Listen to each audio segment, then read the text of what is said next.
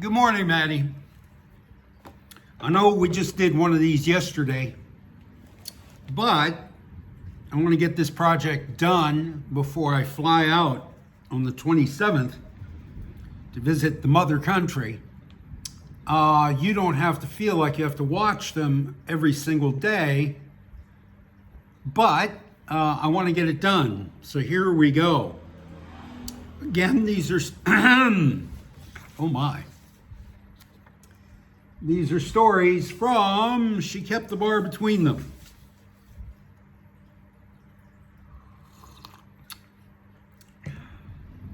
The Gambler. I like this story.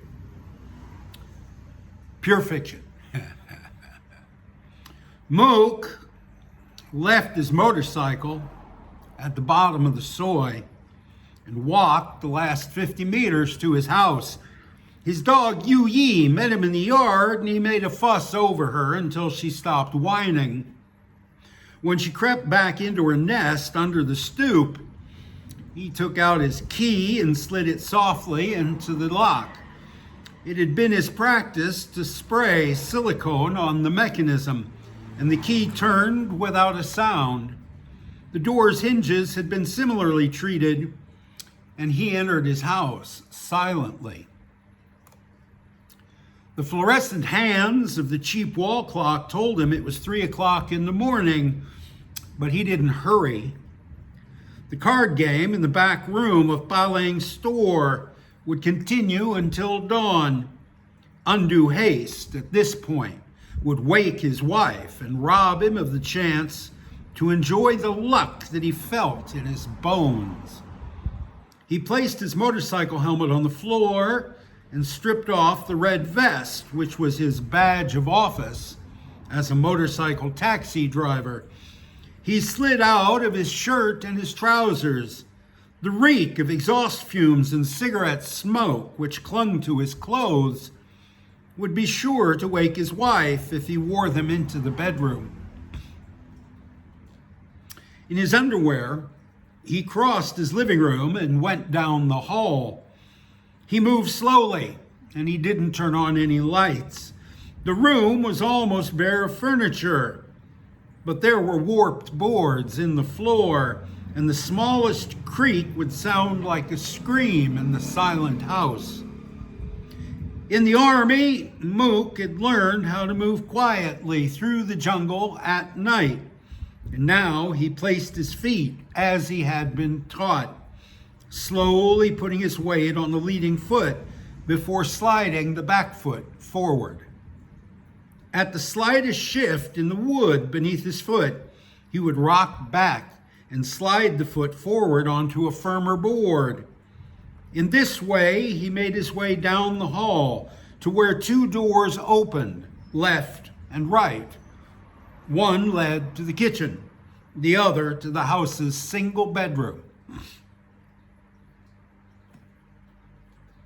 Over the window at the top of the hall was a Buddha shrine, and Mook stopped a moment to offer up a prayer. He did not pray for luck in the card game, but asked only that he make it into and out of his bedroom without waking his wife. He put his hand on the doorknob and turned it slowly to the right.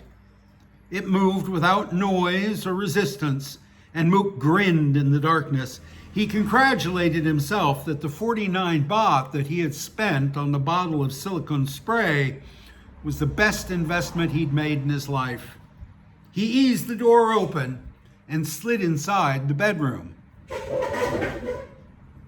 And Steve rearranges the furniture with his feet. The last time Mook had wanted to play cards, he'd come home and taken the floor fans. So it was hot in the bedroom and the window was open to let in the breeze. The moonlight coming in through this window made everything look blue, and Mook knew that he would need this submarine light to find what he'd come for. Once again, he began his shuffle slide, advance, moving slowly and with infinite care toward where he could see Namphon sleeping on her mat. The room was only about 10 feet wide, but it was nearly 10 minutes before Mook had crossed the space and was kneeling beside Nam Phon. Through the white gauze of the mosquito net, he could see the thin gold chains gleaming at her wrists and at her throat. And he fought the urge to simply grab them, yank hard, and run. He'd been a temple boy in his youth, and the monks had taught him how to control his breathing and his heart rate. Mook rested on his knees in the moonlight until he felt more calm. Then he slowly slid his hands beneath the mosquito net. Nam Phon was sleeping on her back, her mouth wide open, and both arms flung up over her head. Her thin black hair fanned out over the pillow, and her bangs spilled across her closed eyelids. She was coming off a bout of influenza, and her breathing sounded wet and irregular. Mook reached for the chain around her right wrist, and in just a few seconds, he had the chain in his hands. Since he had no pockets, he put the chain in his mouth before starting to work on the other wrist. In a moment, he had both chains in his mouth, and as thin as they were, they had a very satisfying weight on his tongue. The chain around Nam Phon's neck was twisted so that the clasp was in front, laying on her right shoulder, and Mook considered this bit of luck verification that he was meant to go out and play cards tonight.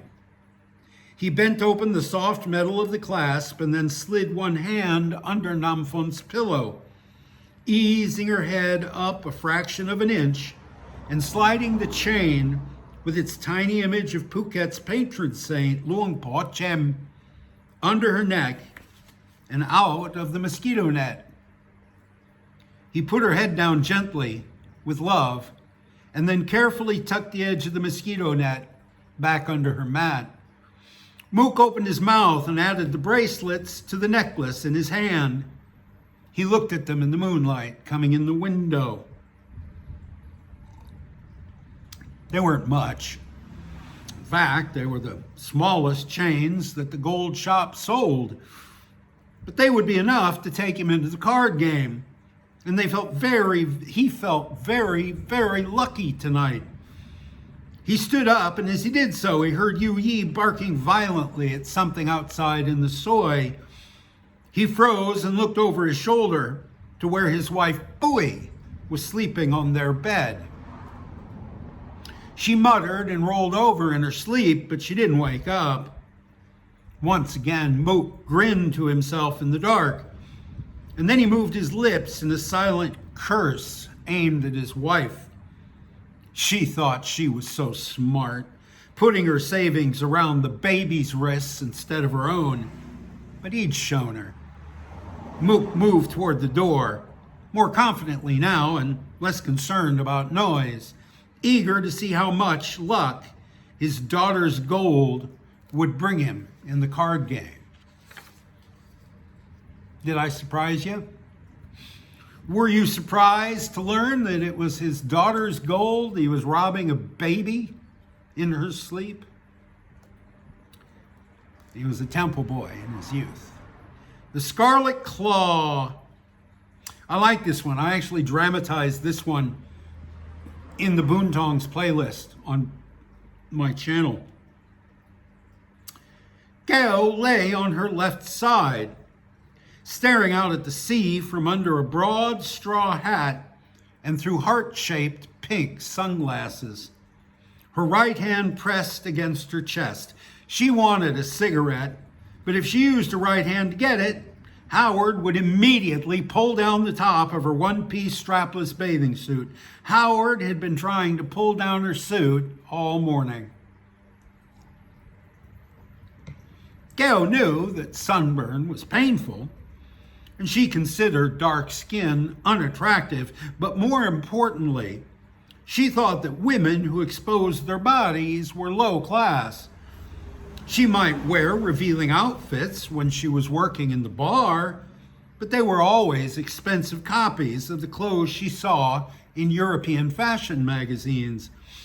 When she went with a man to his hotel room, she always undressed in the bathroom and came to the bed wrapped in a towel. Whatever happened after that was, she felt, out of her control, and thus she was not to be blamed. But while she was on the beach, her suit would stay on. Howard stood up and stretched, his pale skin already glowing pink at the shoulders. He walked a few steps toward the ocean, flexing his muscles and prodding an infected new tattoo on his biceps. Gail reached for her cigarettes, but Howard grabbed her hand, pulling her roughly off the towel and to her feet. "Come on, babe," he said. "Let's get in the water." He started pulling her down the slope toward the edge of an almost perfectly flat ocean. "No, Howard, please. I just make my hair yesterday, and my nail. They so expensive to do my nail. Please, Howard, we don't go in the water, okay?" But Howard was laughing and pulling her by both hands now, and Gail was painfully aware that people were watching them. She tried one last time to stop him. She put her best frightened expression on her face and pleaded, "Howard, please, I fade the jellyfish." Howard stopped and stared at her. By now they were knee-deep in the water, which was warm as blood and crystal clear. "What'd you say?" he asked. Gail pulled her sunglasses down the bridge of her nose so that he could see her eyes. "Jerry Fitch, Howard, Jerry Fitch, he bite you. It hurt too much, Howard. No go into water, okay, nah?" "Who the hell is Jerry Fitch?" "Don't worry, babe. Nobody's gonna hurt you while old Howie's around." With this, he swept her up in his arms, carrying her bodily toward deeper water. He was hollering with laughter. Gail was still pleading for her hair and nails when he stepped into a spot of exceptionally soft sand and toppled forward, dropping Gail suddenly into the water and falling on top of her. They both came up sputtering and coughing in waist-deep water. Howard seemed to think that it was all great fun, but Gail was furious. She began to walk carefully around the spot where they fell, looking on the sandy bottom for her lost sunglasses. She was muttering darkly in Thai. Howard stopped laughing, caught an arm and turned her to face him. "Wait a minute, babe. I'm sorry. Really, I'm sorry." She looked up at him, sodden hat in one hand and pure anger in her eyes. "Look, babe, you know how you said that you don't like staying at the Weset guest house? Well, why don't we go back, pack our bags, and come check in at the Seaside Inn? What do you say, huh? Aircon, room service, big color TV. They got a hair salon in there, and I'll pay to have your hair done again, okay? What do you say, babe?" Gail had let herself soften in his grip, and he pulled her to him and sank to his knees on the sand so that the warm water came up to his chest and her chin. He put his arms around her. "Maybe we'll go into town tomorrow, to that gold shop by the movie theater. Guy I met in the bar last night says they've got the good prices there. Maybe we'll buy you something nice in the gold shop. What do you say?" Gail gave up her pout to a tiny smile, and she put the wet hat on her head. "Okay, Howard.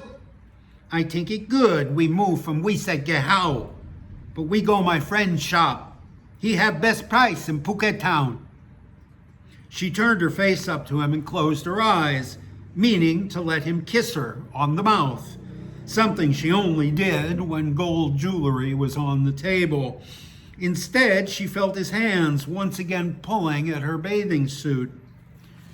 She decided that as she was in water up to her neck, and as he'd mentioned the gold shop, she'd keep her eyes closed and let him have his way for just a moment.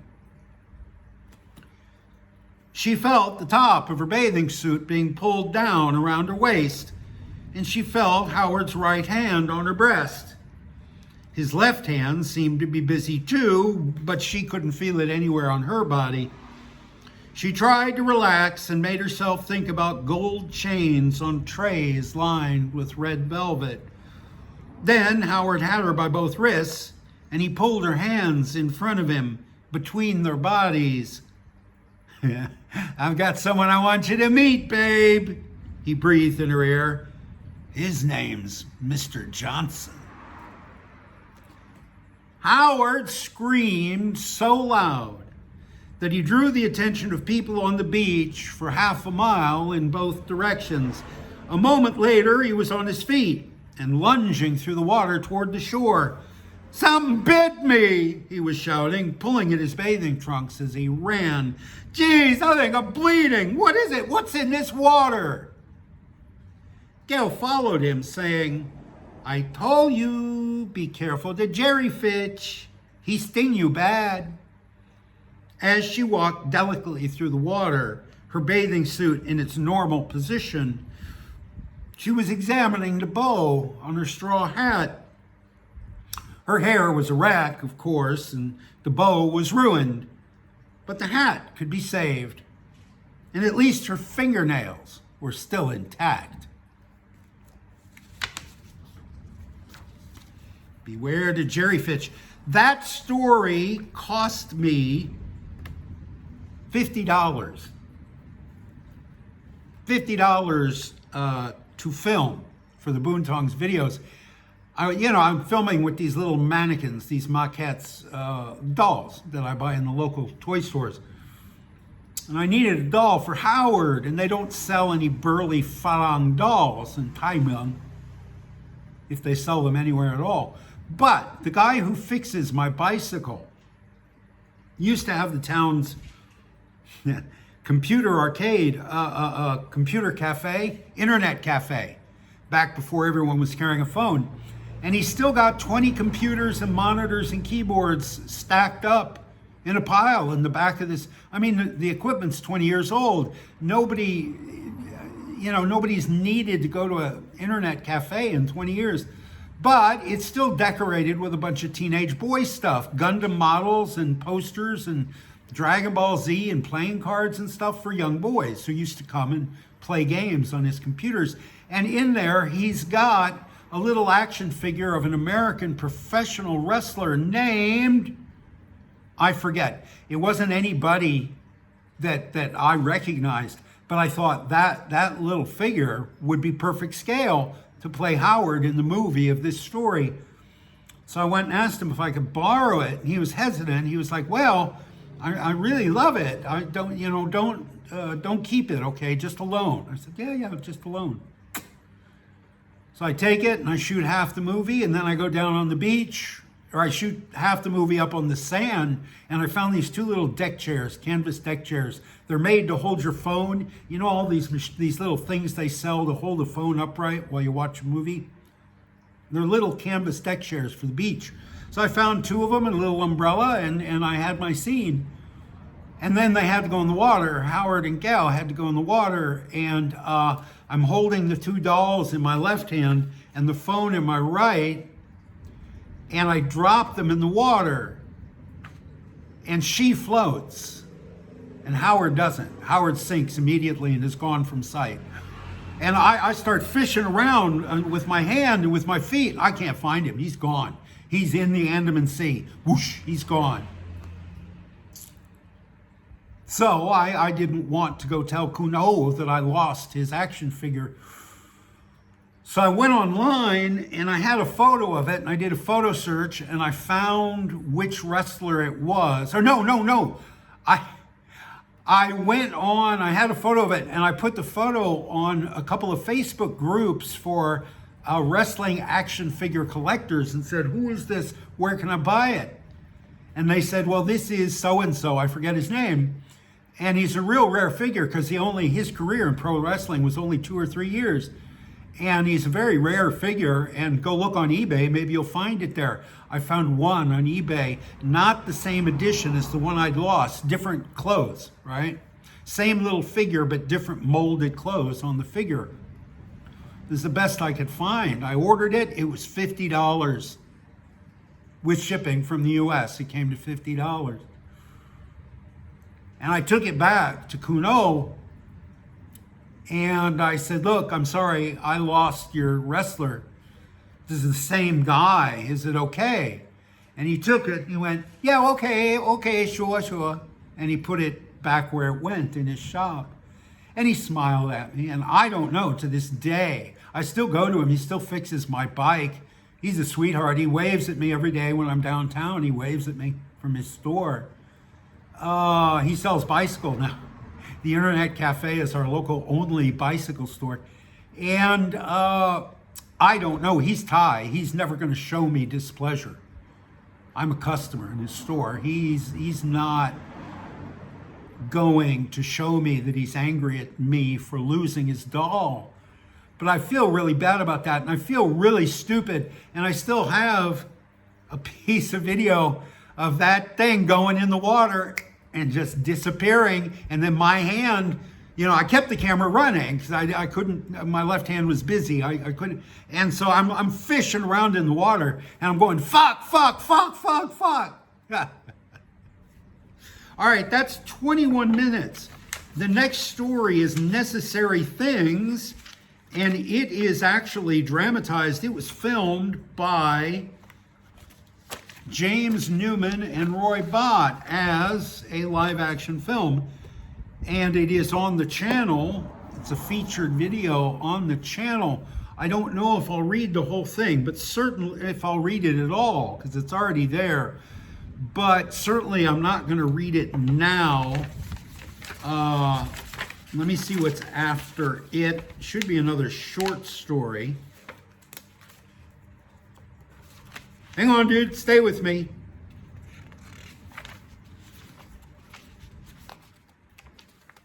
All right, The Artist. Yeah, I'll read one more short one. I'm not going to read Necessary Things.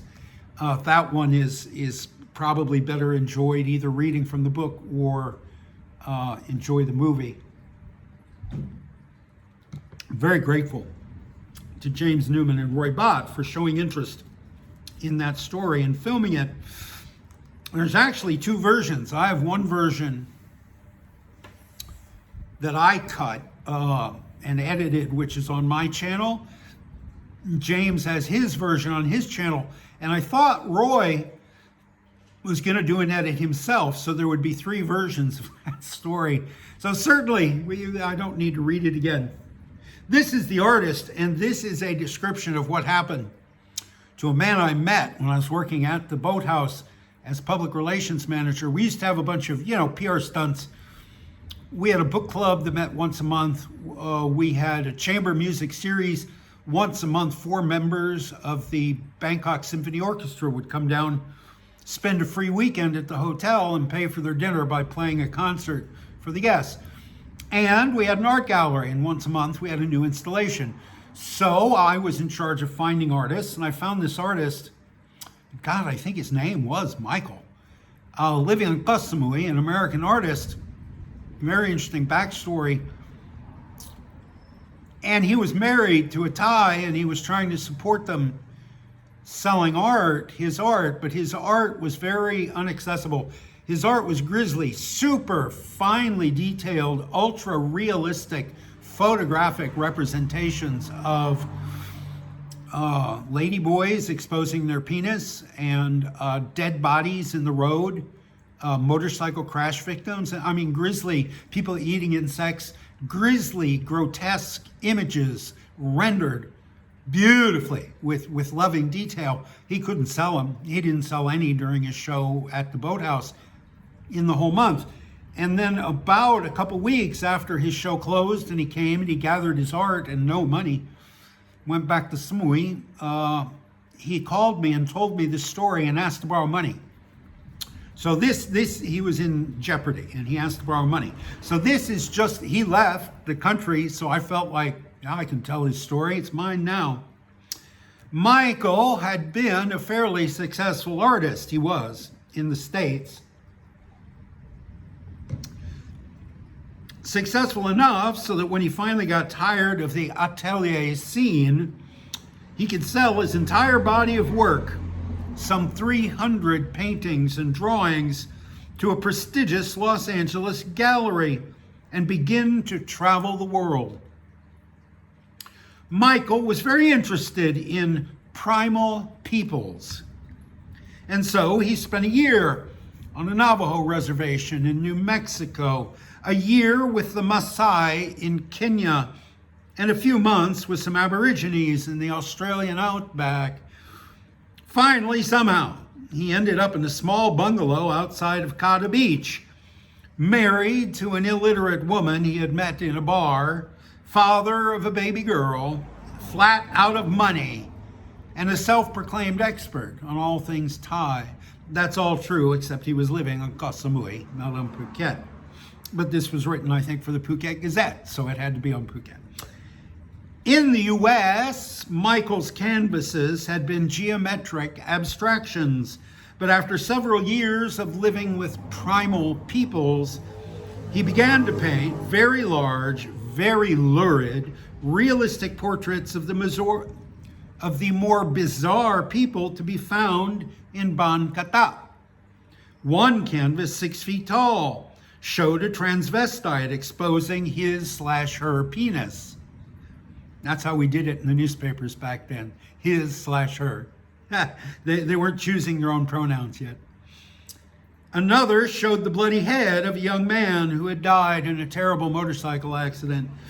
There were amorous apes and rabid dogs and plates of fried insects and grotesquely proportioned prostitutes, all of them rendered with loving care and great skill on enormous canvases. Of course, the few tourists who may purchase fine art on Phuket want to have something they can roll up and take home in their suitcase, and they prefer a nice beach landscape with slender coconut palms arching over the blue water, or something with peaceful water buffalo and bamboo. Michael painted constantly and exhibited on the walls of all the bars and restaurants that would have him. But still he sold almost nothing. Then one day, salvation seemed to arrive on his doorstep in the person of a well-dressed young Thai man. The visitor said that he'd heard about Michael's art, and could he see an example? Michael unrolled a few of his canvases. The young man examined them with great interest and then made Michael a business proposition. He was, said the young man, a building contractor currently constructing 2 Buddhist temples. He was looking for an artist to paint the religious murals inside the temples. And he thought Michael was just the man for the job. True. The project would entail about a year's work for Michael, he said, and quite handsome payment. Michael was overjoyed. Finally, he thought, someone who appreciates my unique vision. The young man took Michael to see one of the construction sites and walked Michael through the sacred precincts to point out where the various murals would go. He returned to Michael's bungalow several times, often bringing along a bottle of whiskey and sometimes staying late into the night. He brought little gifts of food and toys for Michael's daughter, and Michael began to refer to the young man, only half in jest, as my patron. One night, as they sat in Michael's living room drinking whiskey, the young man said it was time for him to be honest with Michael. His real job, he said, was moving large amounts of heroin into Phuket. And because foreign tourists were hesitant about buying drugs from locals, he wanted Michael to sell his product. He'd pay Michael well, he said, and Michael would have lots of free heroin. Wait a minute, said Michael. I'm not a junkie. Sure you are, said Michael's patron. Just look at you. You're an American. You're very thin. You're an artist. You're living in a shack with an ex-hooker. Of course you're a junkie. Michael tried to convince the young man, then finally just tried to throw him out. But the young man wasn't leaving. He pulled a pistol out of the waistband of his pants and laid it on the coffee table. "Look," he told Michael, "now that you know this about me, you really have to work for me. Otherwise, I'll have to kill you and sell your daughter and your wife into the brothels." Michael excused himself for a moment, saying he needed to talk it over with his wife. He went into the bedroom, woke his sleeping wife and daughter, and with them he jumped out of the bedroom window. They ran to Patong Beach, staying the night at a friend's house. And in the morning, Michael borrowed 15,000 baht to get his family up to Bangkok. It was not at all easy to get his wife and his baby to the U.S., since the baby had never been registered with the embassy, and the wife had no birth certificate or ID card and spoke Thai with a very thick Lao accent. Despite his expertise as an amateur anthropologist, Michael had never had any idea his wife wasn't Thai. He was very lucky that both the Thai and U.S. governments are staffed, in general, by people who are by nature generous, and so eventually he got his family out of Thailand.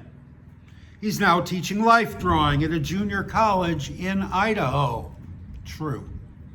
His oeuvre of Asian paintings was left behind in their bungalow, rolled up in tubes. Nobody knows what became of them. They'd been priced up to 75,000 baht each. True. Some cynics have suggested that the young man who precipitated Michael's departure was in fact a relative of his wife. It's well known that she was looking forward to seeing America, because in Thailand, a Lao ex-bar girl will always be treated like a Lao ex-bar girl, especially in some scruffy little village full of primal people. Even if she couldn't read or write, she was a very resourceful lady. There are some things you don't learn from books. Yeah, so I loaned him 15,000 baht loan. Never heard from the guy again, never saw him again. But years later, this would have happened in 94, 95. When we came back to the States in 97, there was this thing called the internet, which didn't exist on Phuket. So I was introduced to the internet, and I had a lot of fun at work. Instead of doing my job, I Googled a lot of shit. And I Googled basically everybody I ever knew in my life. And I Googled the artist, and he was in Idaho at a very small college teaching the basic art 101 classes in Idaho. He went from Kasamui, being a professional artist whose work is exhibited in a prestigious LA gallery, to being the teacher of the Easy A classes in Idaho. Yeah, and who knows? Who knows if that guy, that young man, was really a drug dealer? He had a gun, for sure. But you never know, right? You never know what's behind anybody's smile or behind their gun. All right, one more. This one is also dramatized on the channel. It is called The Days of Wine and Roses. So I'm going to skip it. Going back to Bob. Oh, it's another hospital story. So this was not written in Thailand. This was written at the VA hospital. "I'm going back to Thailand to find a friend," he told the nurse. His voice was slow, thick with drugs. His name was Bob. The nurse was tearing dressing supplies out of vacuum-wrapped envelopes and laying them out on the foot of the bed. She said. I've been thinking about Bob a lot. Let's try the voice again. I've been thinking about Bob a lot. I need to go back to Thailand and find him. The nurse began to measure out lengths of ace bandage. That'll be nice, she said. He tried to wipe phantom cobwebs from his face, but his wrists were tied to the bed railings. He ran a tacky tongue over dry, scaly lips. He shifted his weight, and the movement made him groan. The sound caught the nurse's attention. She looked sharply at him. How's your pain, honey? She asked, on a scale of 1 to 10. He didn't seem to know she was there. Bob was a great guy, he said. The nurse sighed and pulled on purple latex gloves. Strong as hell. Jesus, he could work 16 hours, party for 8, and then work 16 more with no sleep, living on cigarettes and coffee and weed. He crashed his bike hard, half a dozen times. Never got hurt. Fucker bounced like a red rubber ball. The nurse pulled down the sheet and considered her task. She frowned. She opened the debridement tray and selected the largest set of bandaged scissors. The blades made a crunching sound going through the sodden fabric. The crusty bandages came off in layers, and bits of necrotic flesh came off with the bottom layer. He flinched. He squirmed. She made comforting noises, but she was focused on what her hands were doing.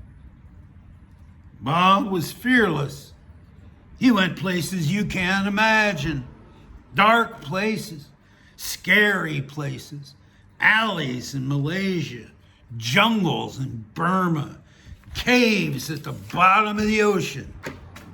Sometimes he'd come home from the bars, and on the straight stretch of Chow Pha Road, he'd cut off the headlight and drive by the moon, flat out, fast as that old rice burner would go.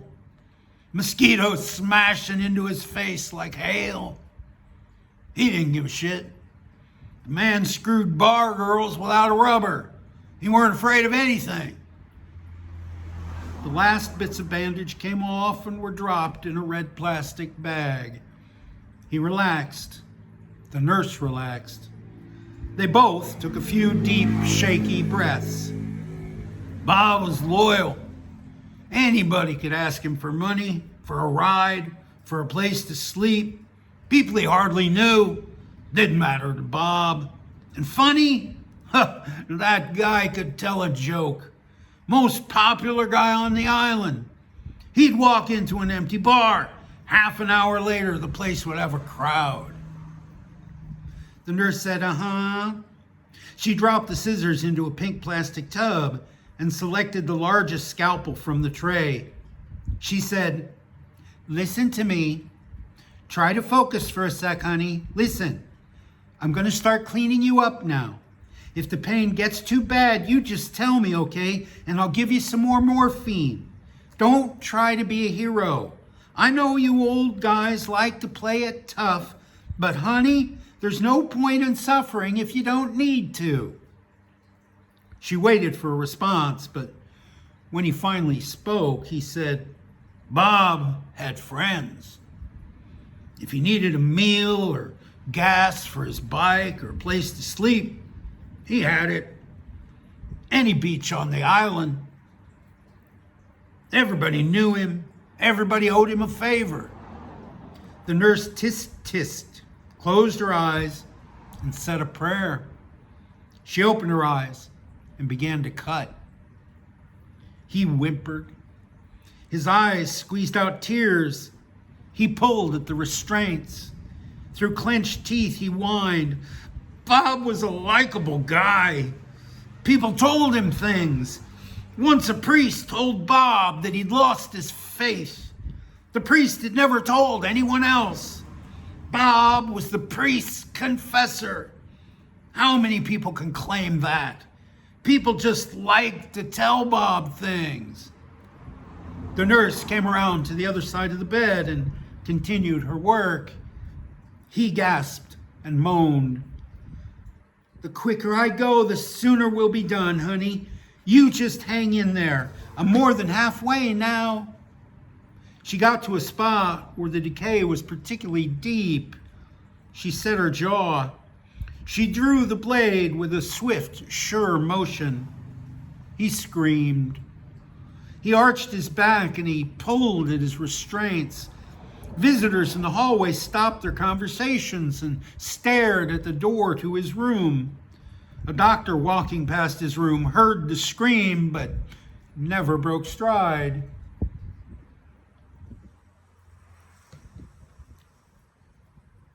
The nurse dropped the scalpel in the pink plastic tub and began to apply clean gauze.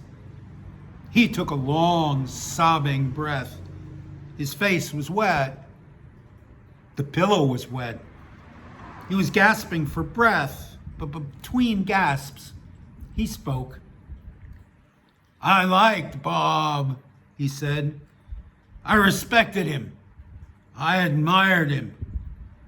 I still admire him. I want to go back to Thailand and find him again.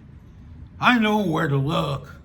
The dark places, alleys, jungles, Chow Phao Road in the moonlight. I think I'd still recognize the sound of his bike. Heard it often enough. The nurse clipped the end of an ace bandage. She straightened up and sighed. She peeled off her bloody purple gloves and wiped a strand of wet hair off her face. Well, honey, that's a lot better. You got terrible circulation and you need all the help you can get to heal up. We're going to make you all better so you can go back to the nursing home and catch up on your stories on the TV. I'm not going back to the nursing home. I'm going to Thailand to find Bob. She pulled the sheet back up over the stumps of his legs. He only filled half the bed. She took his chart from the footboard and began her note. I'm going back to Thailand, he said again. Sure you are. She glanced at the top of the chart for his name. Sure you are, Robert. You just rest. We're done now.